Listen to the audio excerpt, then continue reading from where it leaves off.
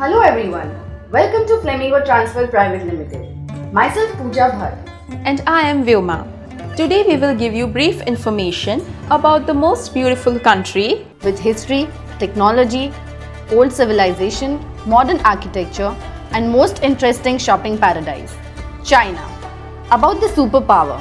The People's Republic of China receives the continual coverage in the popular press of its emerging superpower status and has been identified as a rising or emerging economic growth and military superpower. China is the world's most populous country with a population of over 1.38 billion. China is the world's third largest country by the land area. Chinese and English are the official languages. To arrive in China, we have different airline options from India.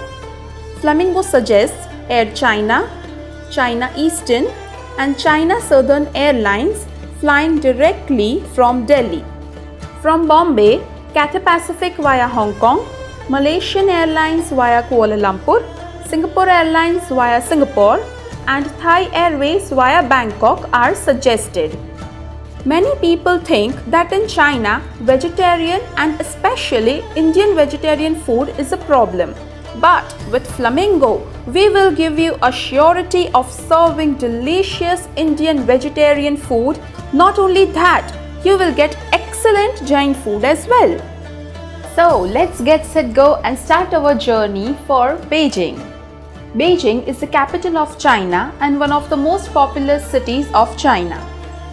A city combining both modern and traditional architecture.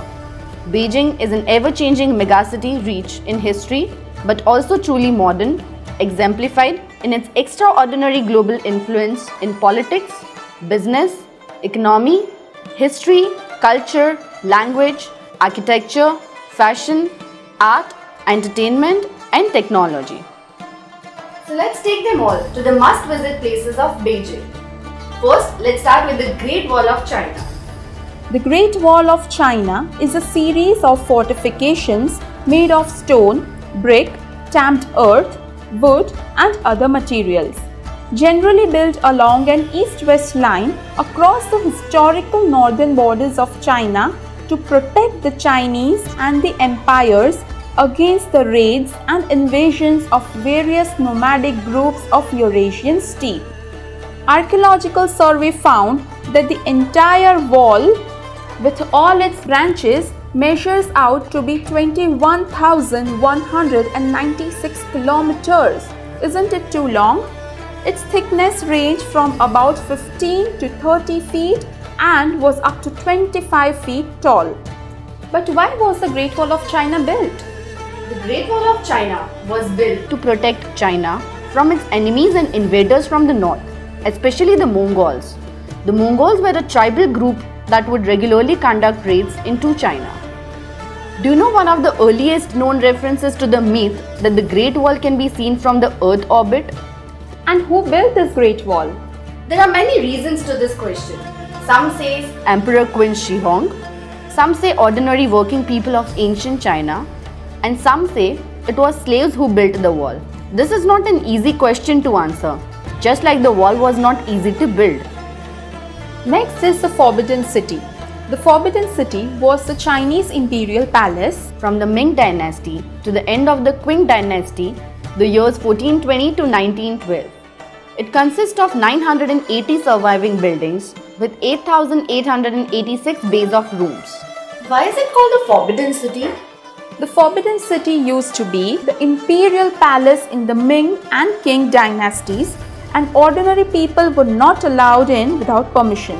That's why it was called the Forbidden City. And who used to live there? The 14 emperors of the Ming dynasty and 2 emperors of the Qing dynasty lived in the Palace of Heavenly Purity. 8 emperors of the Qing dynasty lived in the Hall of Mental Cultivation. Coming up next is the Tian'anmen Square. Tian'anmen Square is a large city square in the center of Beijing, separating it from the Forbidden City. The square contains the Tian'anmen Monument to the people's heroes. Tian'anmen Square is within the top 10 largest city squares in the world. It has great cultural significance as it was a site of several important events in the Chinese history. Up next is the Temple Heaven. Temple Heaven is an imperial complex of religious buildings situated in the southeastern part of central Beijing. The complex was visited by the emperors of the Ming and Qing dynasties for annual ceremonies of prayer to heaven for the god harvest. The temple complex was constructed from 1406 to 1420 during the reign of the Yongle emperors, who was also responsible for the construction of the Forbidden City in Beijing. You know what, Pooja? When I'll grow old, I will be going to the Temple of Heaven to get my childhood and youthhood back every day. Because at the Temple of Heaven, you will see people dancing, playing games, doing exercise and enjoying a lot. Next comes the Summer Palace. Summer Palace is a vast ensemble of lakes, gardens and palaces. It serves as a popular tourist destination and recreational park. The entire Summer Palace is centered around Longevity Hill and Kunming Lake, with the latter covering about the 3/4 of the area. Next is the Bird Nest Stadium. The stadium was designed for use throughout the 2008 Summer Olympics and Paralympics, and it will be used again in the 2022 Winter Olympics and Paralympics. The design was awarded to a submission from the Swiss architecture in April 2003. Vyoma, I've heard about some concert at the stadium.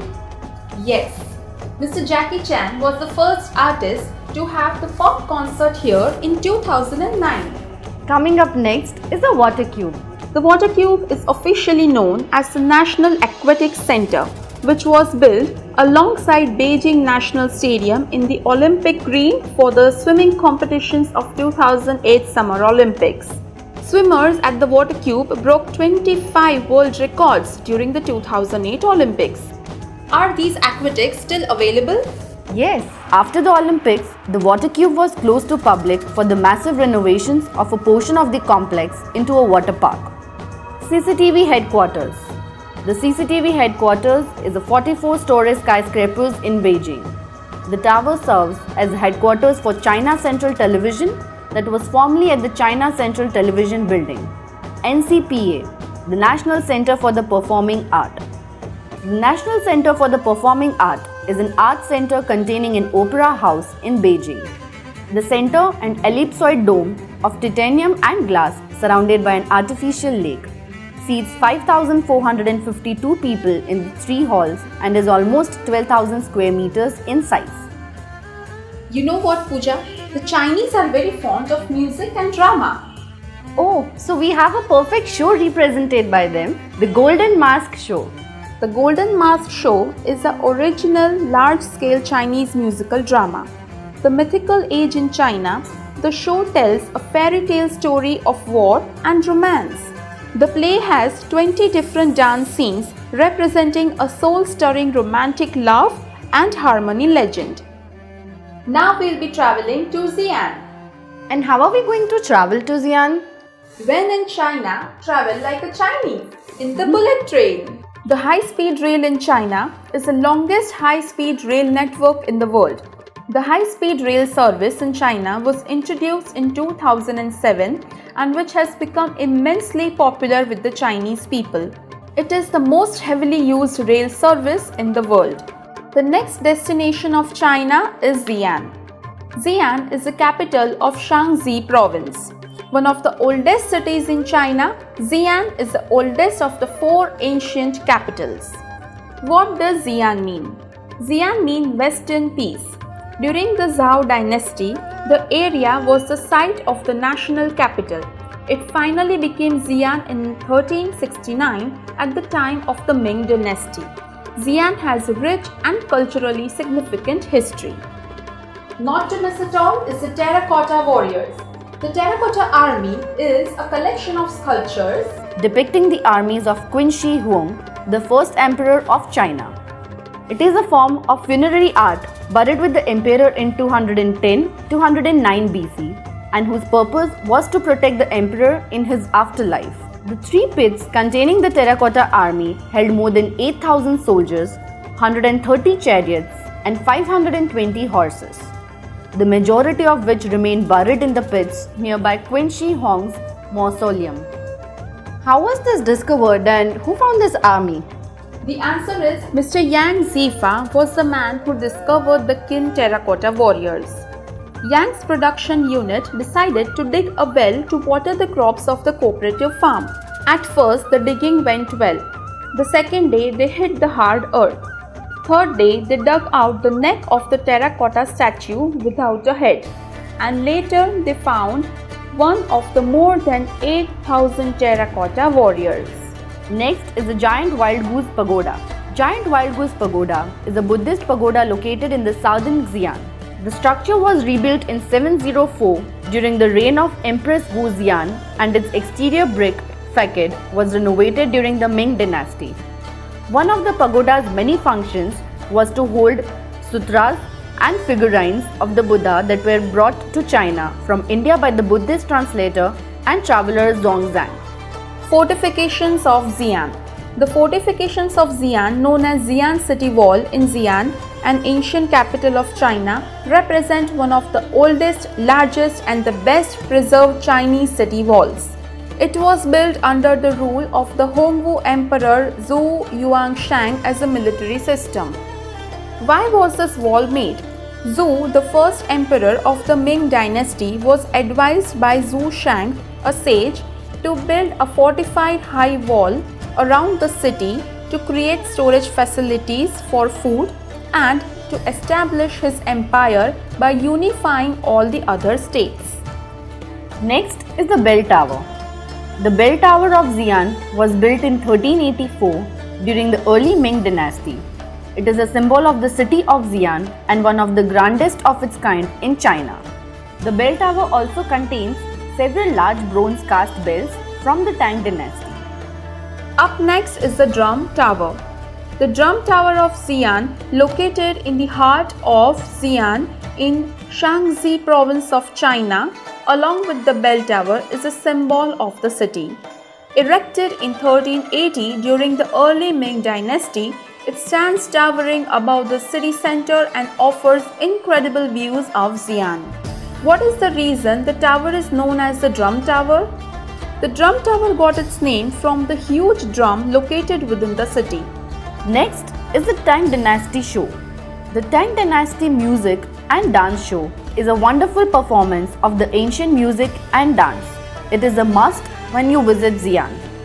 It is an outstanding exponent of this ancient stable and prosperous society, keeping alive its splendid culture and providing an insight into the peaceful lifestyle of the period. Let's move closer to nature, that is Guilin. Guilin is a city in the northeast part of China. It is situated on the west bank of the Li River and borders Hunan to the north. Its name means Forest of Sweet Osman. Next is the Li River Cruise. Li River Cruise. This beautiful river is a shimmering link between Guilin and Yangshuo and one of the main tourist attractions of the area. The 83-kilometer stretch have a beautiful scenery which will never disappoint you. Coming up next is a Reed Flute Cave. Reed Flute Cave is a landmark and a tourist attraction in Guilin. It is a natural limestone cave with multicolored lighting. The next important attraction and Flamingo's USP is the Impression Liu Show. For the same, we need to travel to Yangzhou, which is 2 hours from Guilin. And hence, Flamingo provides one night stay at Yangshuo. Impression Liu Show. This is the world's largest natural theatre which utilizes the waters of the Li River as its stage, with the 12 mist-shrouded hills and the heavens as its backdrop. Moonlight, the hills and their inverted reflections in the river all become the ever-changing natural background. Its auditorium is housed on the natural islands of the river, with the audience standing on the designed terraces surrounded by the green plants. It is truly a very beautiful show and not to be missed.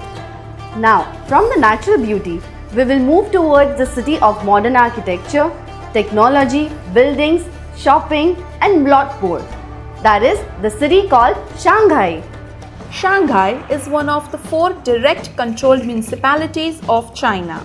Shanghai is a commercial financial center of mainland China and ranks 16th in the 2016 edition of the Global Financial Centers Index. The major attractions of Shanghai are The Bund. The Bund is a waterfront area in the central Shanghai. It is one of the most famous tourist destinations in Shanghai. Building heights are restricted in the area. Next is the Nanjing Road, China's premier shopping street. The 3.4-mile-long Nanjing Road starts at the Bund in the east and ends in the west at the junction of Lama Temple and Tian'anmen West Street. Yew Garden. Yew Garden is an extensive Chinese garden located beside the city god temple in the northeast of the old city of Shanghai. Yew Garden occupies an area of 2 hectares and is divided into 6 general areas laid out in Zhuzhou style. Up next is the Shanghai History Museum. The Shanghai History Museum is dedicated to the history of the city. The museum's location is at the base of the Oriental Pearl Tower. Next comes the Jade Buddha Temple.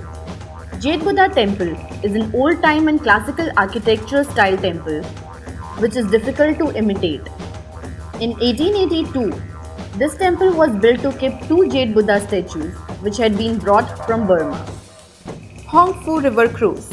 A Hongfu River cruise has now become a must-have activity in Shanghai. On cruise, you will see the distinctive contrast between the classical European buildings and soaring modern skyscrapers from the 2 sides of Hongfu River. The next important attraction and Flamingo's major USP is the Shanghai Urban Planning. The Shanghai Urban Planning Exhibition Center is located on People's Square. The Exhibition Center is a 6-story building with 2 basement levels which displays Shanghai's urban planning and development. Coming up next is the Disneyland Shanghai Park, the most wow factor among the kids. Shanghai's Disneyland Park is a theme park located in Shanghai. The park is operated by Walt Disney World Resorts. Construction began in 2011 and was opened to public in 2016. Next is the Madame Tussauds Museum. Madame Tussauds Shanghai is a wax museum located on the 10th floor of the New World department store. It is the second Madame Tussauds museum opened in Asia after Hong Kong. It offers a mix of Chinese and Western figures from film stars to athletes and world leaders. Next is the modern beauty, the Oriental Pearl Tower. The Oriental Pearl Tower is a TV tower in Shanghai. Its location at the tip in the Pudong district by the side of Hongpu River, opposite the Bund, makes it a distinct landmark in the area. At 468 meters high, it was the tallest structure in China from 1994 to 2007, when it was surpassed by the Shanghai World Financial Center. The tower is brightly lit in different LED sequences at night. The tower features 11 spheres, big and small. The tower has 15 observatory levels. The highest is at 350 meters. The Shanghai Ocean Aquarium. The Shanghai Ocean Aquarium is a public aquarium which includes 120-meter tunnel that takes visitors through a coastal reef and is one of the longest such tunnels in the world. Jinmao Tower. The Jinmao Tower is an 88-story landmark skyscraper in Shanghai. It is 1380 feet tall and is one of the tallest buildings in the world. It contains a shopping mall, office, and the Grand Hyatt Shanghai Hotel, which at the time of completion was the highest hotel in the world. The Shanghai Tower. The Shanghai Tower is a 2000 feet, 128-story mega tall skyscraper. It is world's tallest building by the height to the highest usable floor. It also has world's highest observation deck within a building and the world's fastest elevator at the top speed of 74 km per hour. Shanghai World Financial Center. The Shanghai World Financial Center is a super tall skyscraper consisting of offices, hotels, conference rooms, observation decks, and ground floor shopping malls. Vyoma, I've also heard that the world's fastest railway system is here. Yes, the maglev train. Let's get a ride on it. Shanghai maglev train is magnetic levitation train that operates in Shanghai. The train line was designed to connect Shanghai Pudong International Airport and the outskirts of the central Pudong, where passengers could interchange to the Shanghai Metro to continue their trip to the city center. Another USP of Flamingo is the acrobatic show. Very important is the acrobatic show. Shanghai Acrobatic is world famous and one of the oldest acrobatic troupes in China. It is also called a national art. The basics of Chinese acrobatics like balancing, tumbling, dancing, flexibility, and strength are taught. The highlight of the show is the daring motorcycle finale, where a total of 8 bikes circle around a sphere in the complete darkness. So, these were the 4 major cities of China. There are quite a few extensions possible after the tour. One of them is the Yangtze River Cruise. The Yangtze River Cruise will take you through the 3 gorges dam, giving you the opportunity to see some of the most spectacular scenery imaginable. The Yangtze River is Asia's largest river and the 3rd longest river in the world after Nile and Amazon. The main season here is April to October. The river cruise is typically just a short one. 3 to 4 nights sailing between Chongqing to Yichang and 4 nights sailing between Yichang to Chongqing. The cruise journey is a relaxing, entertaining and a very beautiful one. And very important, vegetarian food is also available on board. Flamingo provides different itineraries for China. Every year we have group departures for China. The main and important itineraries for China are Shanghai and Beijing for 6 nights, Shanghai, Beijing and Xi'an for 8 nights, Shanghai, Beijing, Xi'an and Guilin for 10 nights, Shanghai, Beijing, Xi'an with Yangtze River Cruise 11 nights, Shanghai, Xi'an, Beijing, Guilin with Yangtze River Cruise for 13 nights. So, what are you waiting for? Book your trip to China with Flamingo. Please call us on 4000-1500 or 85x0-6582. You can also visit our website www.flamingotravels.co.in. Thank you. Thank you.